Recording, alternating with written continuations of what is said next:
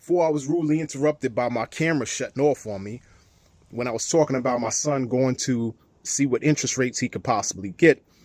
If there's an interest rate that seems like it's decent for him to apply for, then he could do so. Now, you got to be careful when you're going out here and you're trying to get these loans. You have to be able to do your due diligence, and you need to be able to make sure that you ask these folks before you apply for any type of loans. Is you need a preliminary process of, if your credit score is whatever it is, say 650, 600, what type of loan or what type of interest rate could I possibly get? You gotta ask for them for a preliminary, almost kind of a guesstimate. Because what'll happen is that these folks will say, oh, you know what? Hey, just come in and we'll run your credit and we'll see what you come up with. No. You have to preserve your credit score. So whoever you're applying for a loan from, you got to make sure that they give you a strong indication of what it's going to be like if you come to them with a credit score. That's why I told you about making sure that you understand what's on your credit report and possibly get your credit score, because then now if you know that, now you can present it to folks and you can say, hey, you know what, listen, I'd like to know first before I apply for anything, what does it look like? Do not have them push you into just saying, well, let's just run it and we'll see what happens. No, just ask them, listen, from a preliminary standpoint, what could I possibly qualify for? If I have a credit score like this, yeah, they're going to give you things like, oh, we got to check this. We got to check. You need to know that. And then you need to be able to go around and shop out with all the places, credit unions, banks.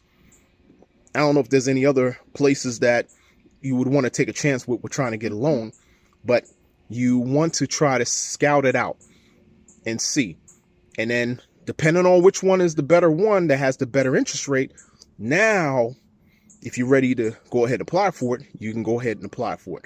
Now, of course, there's secured loans, there's insecure loans or unsecured loans. Secured loan is securing whatever the property is that you have. So if you're going to go buy a car, it's secured by the value of that car.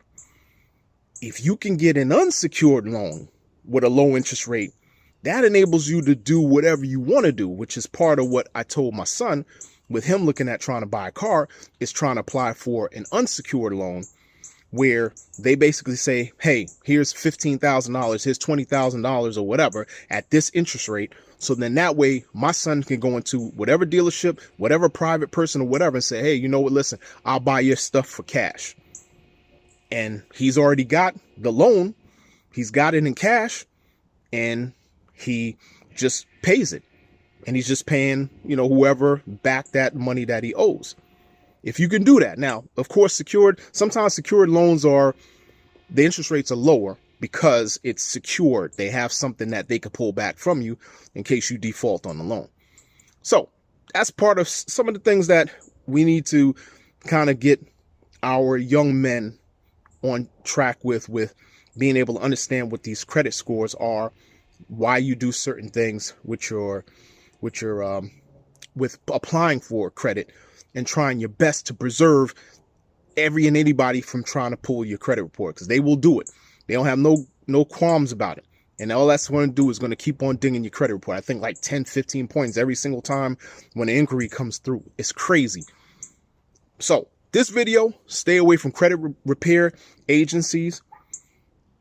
Go check out if there's a credit counsel in place that you can look into, and that you can learn how credit reports work, how credit scores work, what impacts credit scores. Also, the other thing is getting those little store cards. That impacts your credit score. Like I said, they want you to be in debt, but you got to be smart about how you put yourself in debt.